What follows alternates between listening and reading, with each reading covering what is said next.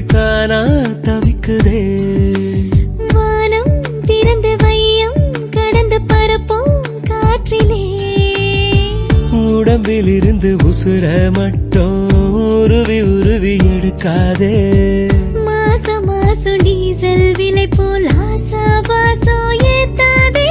புடவ துவைக்கும் துறவிய போல முடியா முடிக்கிறேன்.